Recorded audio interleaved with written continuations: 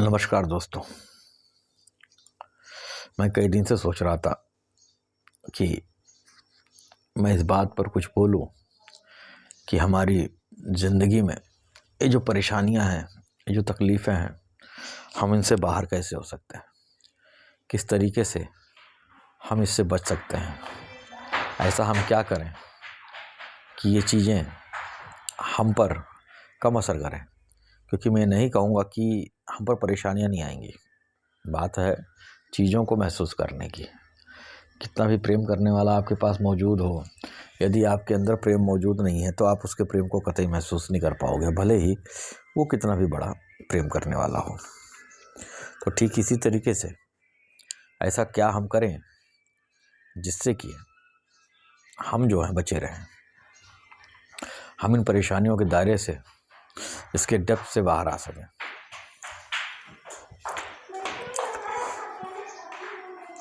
तो अगर हम इस पर गौर करें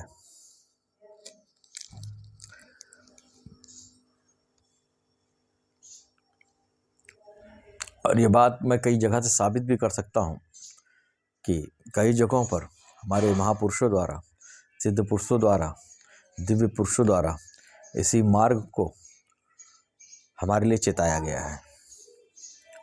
मैं कोई नई बात नहीं कहने जा रहा, अलबत्ता इन चीज़ों की प्रामाणिकता आपके स्व के अनुभव से निकलेगी।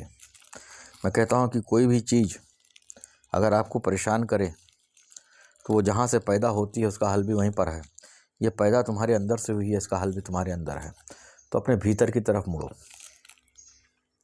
अगर मैं भीतर की तरफ मुड़ने की बात कर रहा हूँ तो इसका मतलब नहीं है कि तुम्हें अपने फेफड़ों की तरफ, अपने तिल्ली, अपने गुर्दों की तरफ मुड़ना है। भीतर की तरफ मुड़ना है तो इसका मतलब यह है कि वो पिन पॉइंट, वो स्टेज जो इन सब सारी चीज़ों को का आकलन कर रहा है, जो इसको अच्छे और बुरे कैटेगरी में बांट रहा है, आप उस पिन पॉइंट पे जाकर के खड़े हो। आप अपने टेंशन के साथ में मत जाओ। जो स्थिति परिस्थिति जो आपकी परेशानी का सबब बनी है उसके साथ मत जाओ। आप उस पिन पॉइंट पे जाकर खड़े हो जाओ जहाँ से ये परेशानी उठी है। ये परेशानी उठी है तुम्हारे अपने जानने से।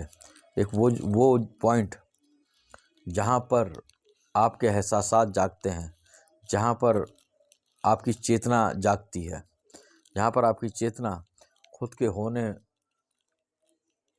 को समझती है वो केंद्र आपको जब सफ़र करना है, अपने भीतर की तरफ मुड़ना है, तो आपको उस स्तर तक जाकर के खड़े होना है और वहाँ पर जाकर के खड़े हो जाइए। कुछ भी सांसारिक स्मृतियों को लेकर के आपको वहाँ तक नहीं पहुँचना है। आपको वहाँ तक स्वयं जाना है। आप बैठिए और वहाँ तक पहुँचिए एकदम शांत होकर के।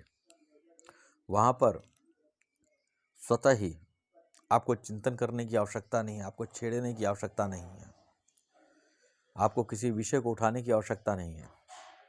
आपके परेशानियों का जो हल है वो वहाँ रखा हुआ है, बेशक वहाँ रखा हुआ है। और ये चीज़ आपके तब तक समझ में नहीं आएगी जब तक आप इसको करके नहीं देखोगे। जब मैं कहता हूँ अपने अंदर की तरफ मुड़ो तो मैं उस पिन पॉइंट की बात करता हूँ जहाँ पर तुम हो।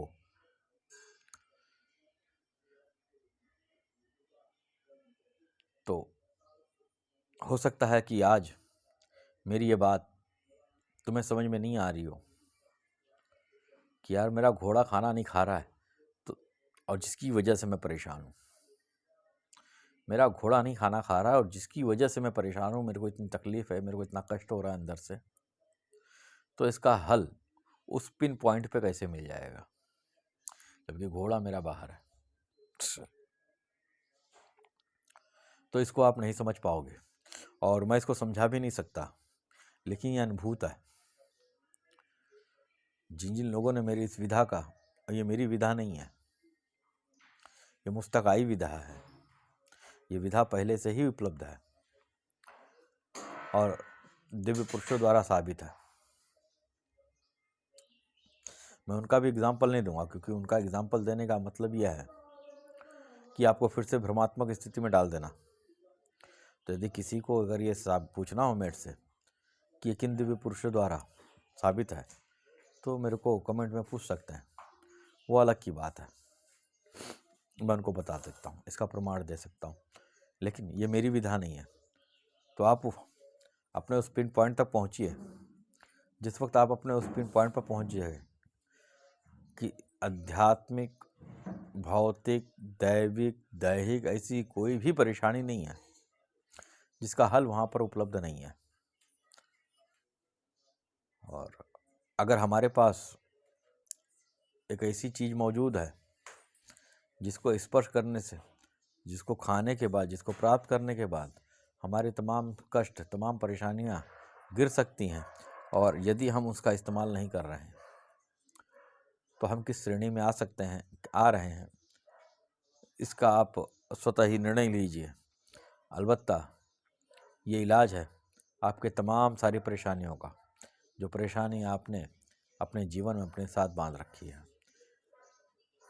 इस मूल मंत्र के साथ जो मैंने अभी आपको दिया, मेरे को काफ़ी हर्ष का अनुभव हो रहा है कि वास्तव में हर वो शख्स जो परेशान है वो अपने परेशानियों को गिरा सकता है, वो उनके विशेष सर्कल से, उनकी चक्रीय आवृत्ति से बाहर निकल सकता है।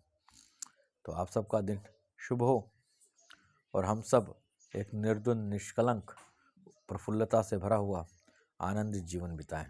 यही मेरी शुभेच्छा और यही मेरी कामना, यही मेरी प्रार्थना।